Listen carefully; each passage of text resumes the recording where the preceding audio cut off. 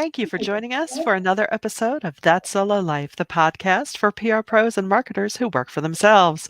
People like me, Michelle Kane with Voice Matters, and my wonderful co-host Karen Swim of Solo PR Pro. Hi, Karen. How are you today? Hey, Michelle, surviving the year. Yes, that is a good turn of phrase for how things are going. There seems to be something wacky in the air.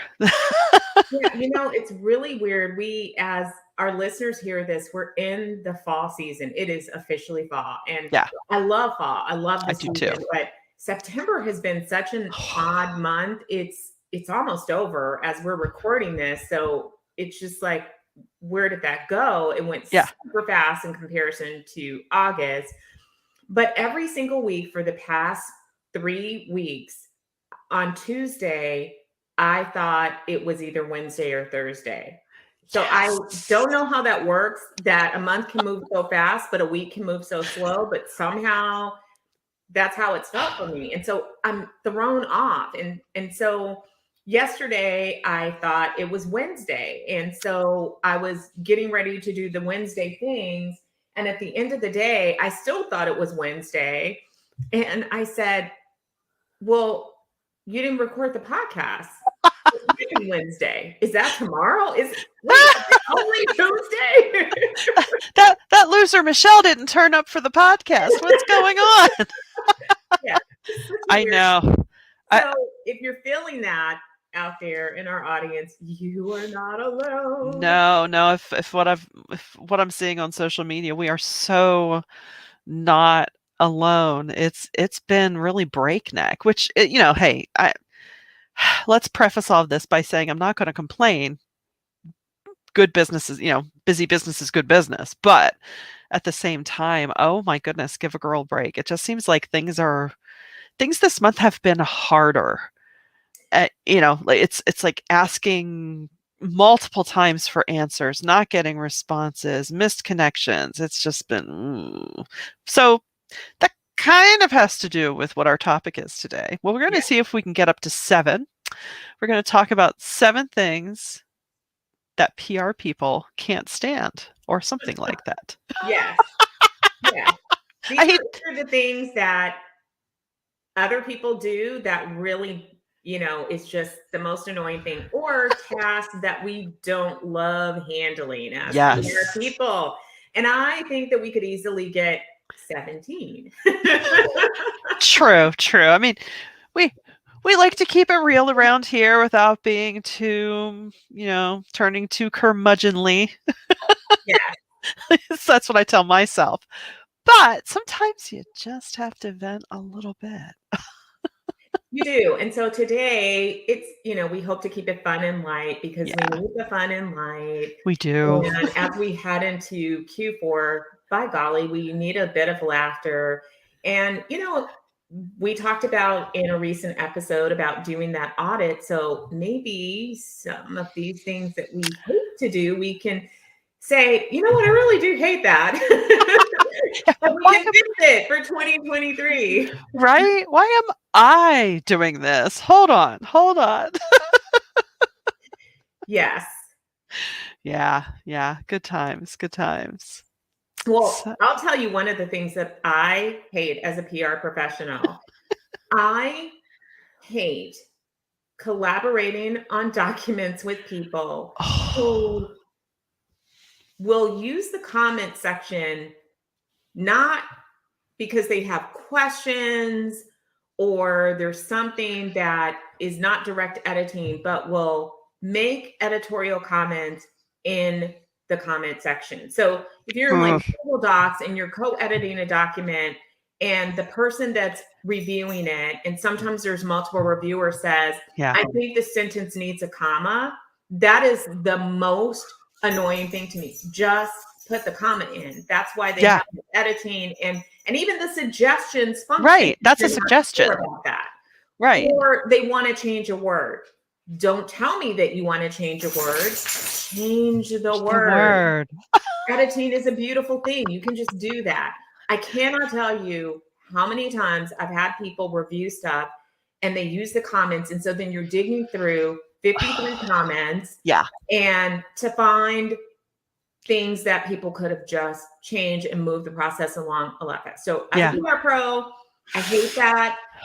So my solution that I need to reenact, because now I'm seeing this happen again, is that when I send documents for editing, provide guidelines. Tell people if Good point. you want to change something, you want different language, you want a totally different code, go ahead and edit it.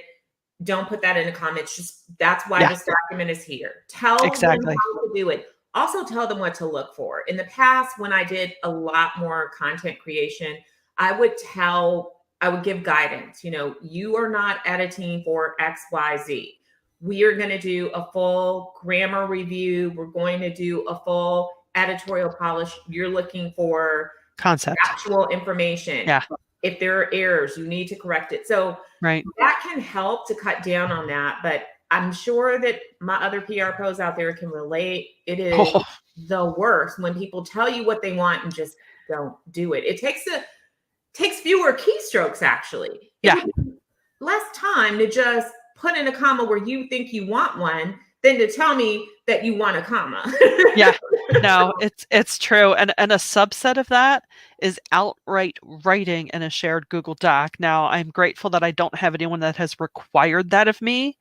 You know, if I'm producing content for them, I will cut and paste their guide into a clean Google Doc. I'm like, I don't want anyone seeing what I'm doing in here, because you don't need, I mean, not that it's, you know, not that they're suspicious, but it's just like, I'll just pot and then I paste it all in again. Like now you can review it, but it's so stressful.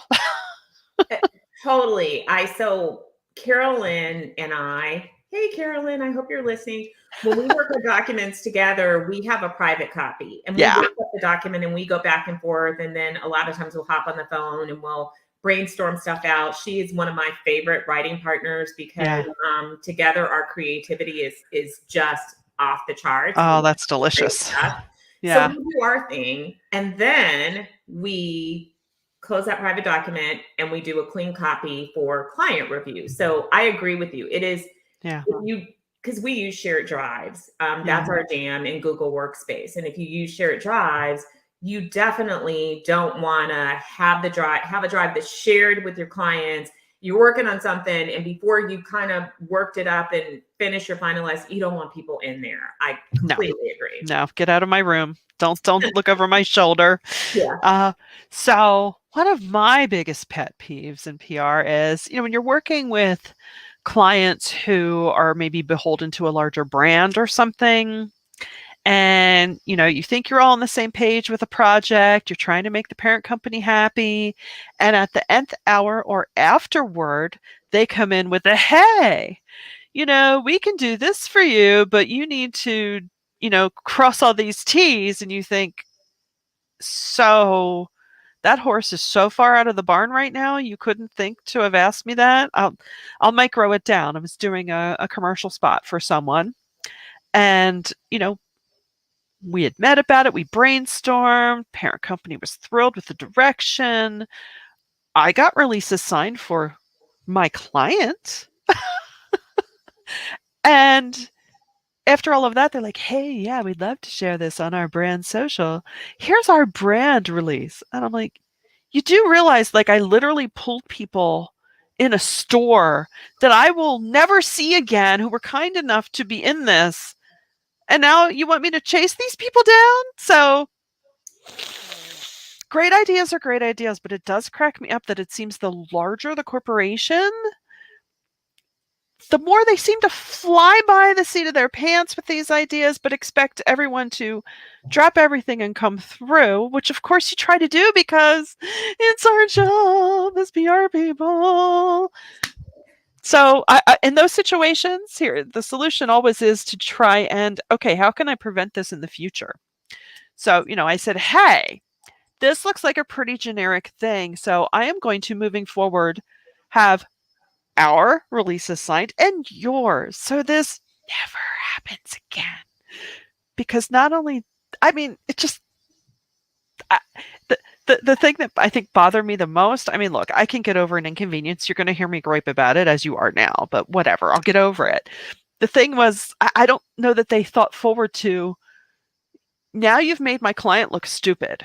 My client looks stupid, and my client's business is to not look stupid Yeah. because people need to rely on and trust them, and you just put a hole in that. And I think that's what irks me the most. So, Yeah. yeah, just guys, think before you This ask. can happen not just when your client's part of a larger brand or working with larger brands, but it can happen with investors, Oh, any type yeah. of partner. And so you're absolutely right, Michelle. It's frustrating. Mm. So I think the best thing that we found is we have a plan in advance and we lay out timelines and Oh, tactics, totally. and we have everybody sign off on it.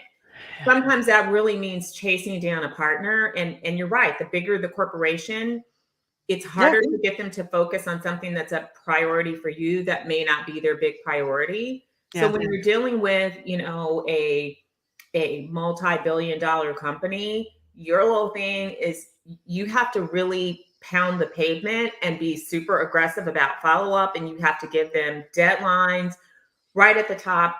And by Yeah. the way, you really have to start a lot earlier because you can't expect them to Well, yeah. work on your timeline. And Right. but that it still can be challenging. Yeah. This is why, and this is why the rate is not the rate. This is Ex- exactly why. And exactly. Right. I shared this on social. Someone said this to me, and it made so much sense. They were saying, sometimes we see these. I hate to use government contracts because it's hard for me to wrap my mind around what gets charged sometimes Yeah. too. But not the ones that get publicized where they're paying $500 for a roll of toilet paper. But Right. government contracts, or even contracts with large organizations where there are lots of approval processes and lots of additional administrative functions. If you're a website builder and you're putting together a 5-page website, a 5-page website for a small or medium business is not the same as a 5-page website for a multi-billion dollar corporation. It's Right. not because fundamentally you're not doing the exact same thing. The work Correct. is the same, but it comes with a lot of other things. Yes, So exactly. Michelle just pointed out why when it comes to setting your rates and charging, you really do have to think through how that scope of work gets applied to particular clients. Yep. I want to be really clear. I'm not saying that you should price gouge people with deeper pockets. What I'm saying is that No. you need to account for your time in doing what you've been hired to do. And because if you can look at these two pieces of work that are exactly the same. So it could be a white paper for this client and a white paper for this client. And it may take you the exact same amount of time of writing that initial document, but it could take an extra 20 hours for client B versus Yeah. client A because of edits and approvals and things Right. that happen and other administrative things. So don't overlook that. Right. It's really important. So I think that's an important point to make Oh, too, is that have a completely. plan, make everybody sign off on it way Yeah. in advance, build Yeah. in tons of extra time because people will drive you Oh, crazy, exactly. And and make that, sure that you're charging for yeah. all the extra stuff that happens. Yeah, no, that's so true. And what cracked me up about this was this totally had the vibe of, I know they were having a lunch meeting. I'm like, hey, we got all this really good stuff. Hey, here's an idea. Let's dangle this carrot with all of them. And I'm thinking, you could have mentioned this in all of our meetings beforehand.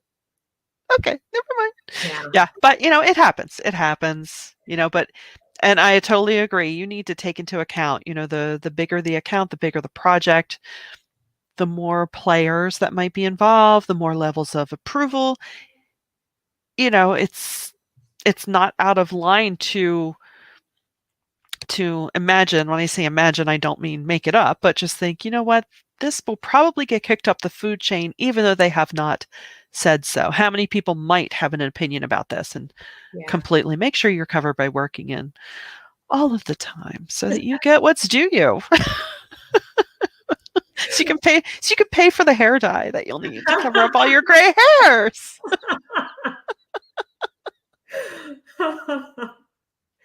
Okay, so we Okay. have 2. What's number 3? Oh my gosh. Oh, yeah, yeah, yeah, yeah. Well, I have one. Okay.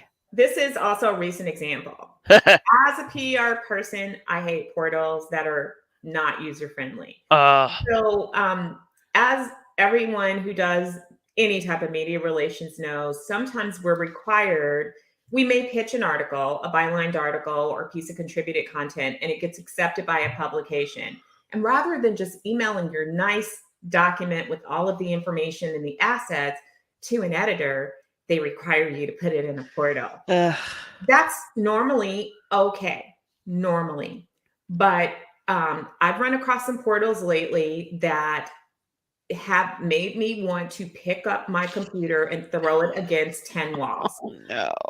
Not because I'm not tech savvy. And that's even more Yeah. frustrating when you are, PR pros, we know tech, we use Yeah. stuff. Right. Please, dear publishers, content people of the world, think about your end users when you are designing these portals. Yeah. And if you have an antiquated portal that served a purpose in academia 32 years ago, but that's not your core audience anymore, please, for the love of all that is good and holy, change it. Or just accept things by email. This week alone, and we've been working on this, I kid you not, this one particular portal for a month, 4 weeks, 4 Oh, solid weeks of back and forth of emails. And then they can't even get their email system right, because not only do they email our team who's responsible for this whole process, right. but our client who is the author. And then we had to get somebody else from the client team involved. And so there's been a total of 4 people, 4 weeks, 65 emails maybe, and about 40 hours to upload an article. I'm getting the And vapors. I was ready to punch someone when we got to the final stage. It's like, is this horrific, awful thing about to be over? Oh And my then gosh. my colleague spent 4 hours on it, couldn't get it to work. All we Yeah. had to do was make a few edits. Yeah. Editing should be an easy thing. Yeah. I took another 2. We were on the phone together, and I said, I want to file charges. This is abuse. So, as a PR person, I hate portals, and that's my number 3. Okay. Okay. Number 4, and again, I don't like to get too negative, but number 4, what has kind of been rampant this month especially, has been chasing people for answers. I know we're all busy, but even dash off a super busy. Gotcha. If I send you a read receipt, which I don't often do, but I will do sometimes with vendors, I just need to know that you see me. Nothing. I recently had to chase down a vendor. I sent in an order for an event, 6-ish weeks ago, and I know this is the usual dance. I know they always come through, but my spidey senses were just like, I don't know. Wait, you hadn't ordered now you don't. Oh, great. So I have to go to my client and go, well, I wanted these earlier. I'm like, yeah, I know. Me too. What can I say? Now, it's all working out. However, the angst, because PR people care about what they do, on top of all the other things of trying to, try. And I empathize. I get it, because as we said at the top of this episode, we're all kind of in that space of, why is nothing quite coming together right now? And who knows? Yeah. But yeah, it's like, just please acknowledge me. I don't care if it's a positive or negative acknowledgement. Just give me proof of life, and then I'm on your radar. That's all I ask. That's a good number 4, and I know that everyone in this audience can relate. And this is separate from, outreach, right? This Right. is when you're actively working with somebody to Getting get it done. something over the finish line, and you just cannot get answers. Yeah. And as you said, at least, because now this is becoming rude, and it is anxiety producing when you are trying to get your job done and can we all be honest, PR people? Sometimes it's our clients that do this too. Yes, And sometimes. sometimes. Sometimes. Not in Sometimes this it's our case, own but sometimes. clients. It's just like, Yeah. oh And we my can't yell goodness. at them. We can't yell at them. I mean, we could. Can you help me help you? Please, we're working together. We need to get this over the finish line. And you're sitting there Yeah. going, can't get these people to answer. Yeah. So yeah, that deserves a spot on the list for sure. And I don't care about being a pest. I will hunt you down. Oh, me too. I have I it depends who I'm after. I'll preface it with nudge alert. Yes, I'm being a nudge. I do not care. You can whisper Yeah, profanities about me under your breath. You can yeah. say them to my face. I don't care. I will hunt you down, and then I will hunt somebody else down if you don't give me an answer. Like, Yeah. hey, is so and so out on vacation? Did I don't know if my emails are going through to so and Good. Those are good. Those are I good. will Slack. I will text you. I will call you. I will hunt you down because we have to get our jobs done. But it's. I will find out where you're eating lunch and show up. Yeah, I've been known to do that too back in my sales days. It's true. Maybe that's why I'm so okay with being a pass. Funny story, totally off topic. I managed a sales team for Quest Diagnostics, in my corporate career. Oh, And bless. we used to have to meet with doctors about things. And Oh, yeah. I would hang out in the breezeway between the hospital and the medical building and just catch them. Like, hey. Oh, yeah. It's funny. I remember the days when it was, especially with the pharma reps, the hardcore days of them dropping off samples. You'd be sitting there waiting for your appointment, and there they come with their boxes of donuts and baubles and other things. Yeah, no, you just have to go where they are. Go to Yeah. the lunchroom, Yep. just yeah. Yeah. I would do night rounds with doctors because you got to do what you got to do. So Yeah. I Yeah. think I have a lot of practices being a past, but nicely. And I know Of that course. we PR people are always kind. Um, Yeah. at least our audience of PR people, we are always kind, and we're just Right. want to get the job done. And Right.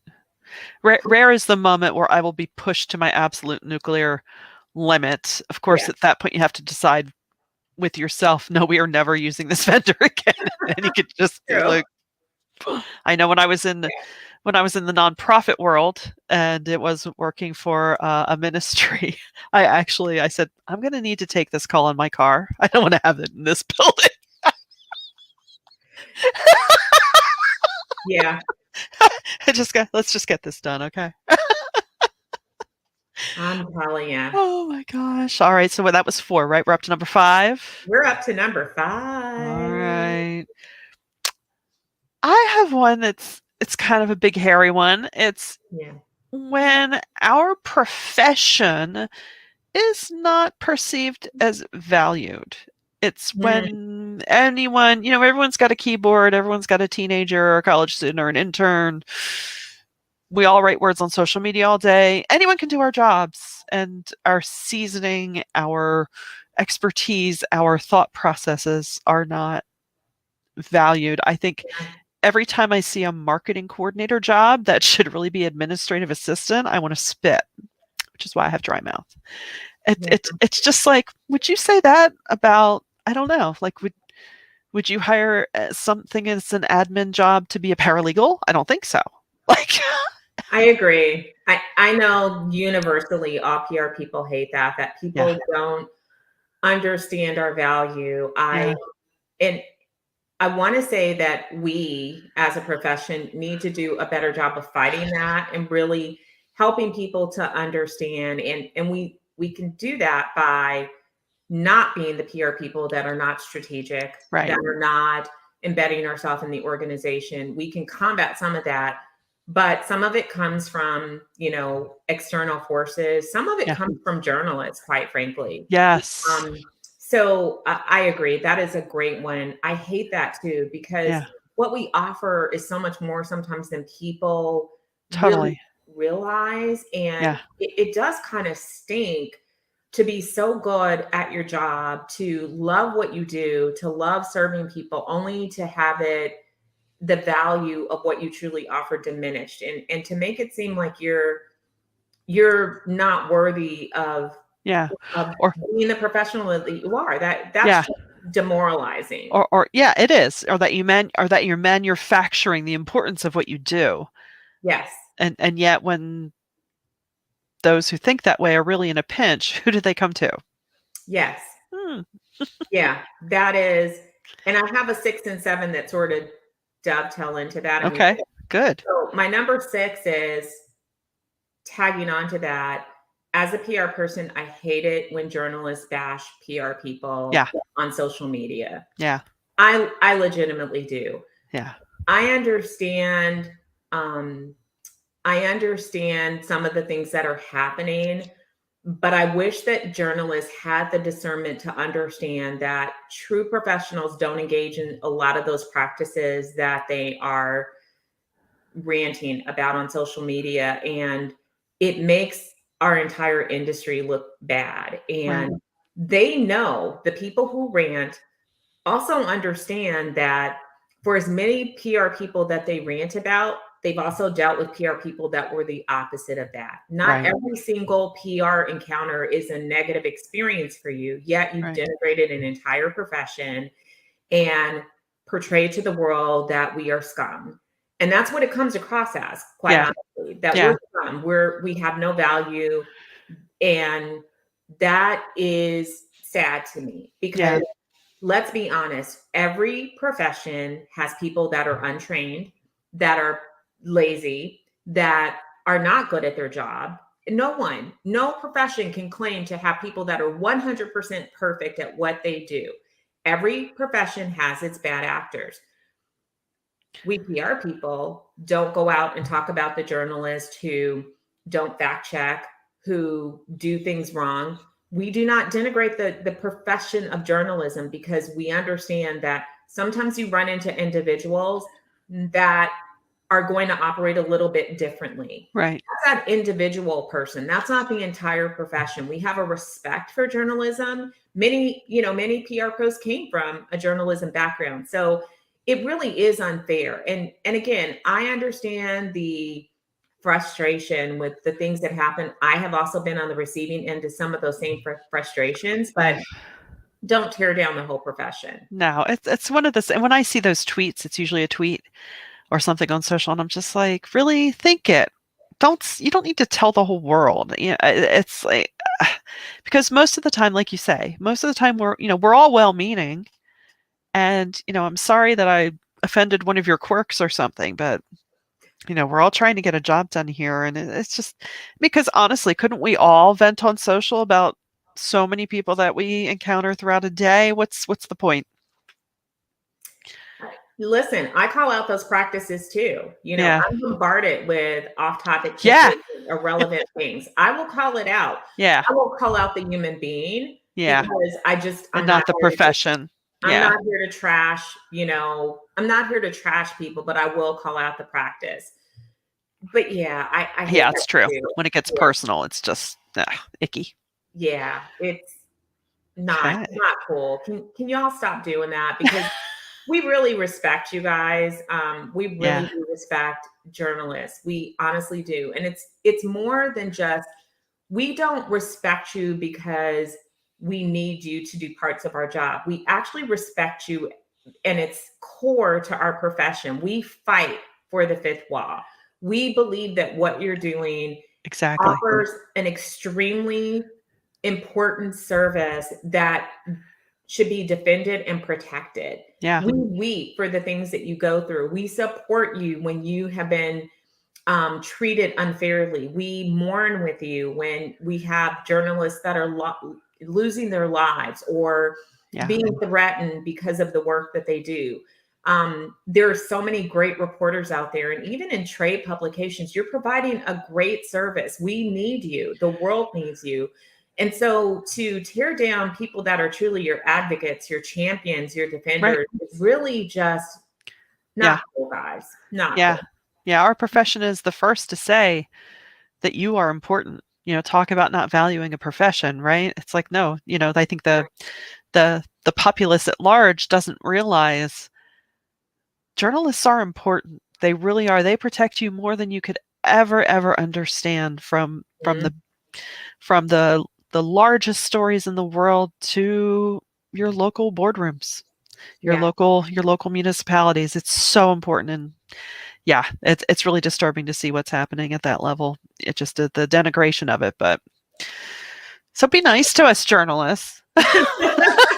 We're on your side. We may irritate you, but we're on your side. We are on your side, and not all of us are trying to irritate you. And No, we don't mean it. people who aren't doing their homework realize that may be a lot of junior people that Yeah, unfortunately are not receiving the kind of training that they should. that's So correct. rant about education, rant about opportunities to really Yeah, mentor people and teach them the right way to do things. Rant against management that puts unfair demands on their people. This should not be a production shop. It should right. be about quality results. And I agree, we can all do a better job of instilling that in those that are coming up in the profession. Yeah, I agree. I forgot my number 7. You said it dovetailed. It dovetailed in with the I know. My ginkgo hasn't kicked in yet. Well, number 7 can be we hate that sometimes our brains are to the point where we just can't anymore. It's all too much. The It world is. It's just like, I'm done, I'm out. it just flew right out of my head. I don't know. I'm taxed. I'm taxed. Well, I think we covered a lot of ground here today, and hopefully this made you giggle and made you nod along, and most importantly, feel less alone. Feel like you have colleagues beside you who are experiencing the same thing. It's not just you, and we just do our best every day, and that's all that we can do. And we thank you for listening to That Solo Life, and we hope you'll join us next time.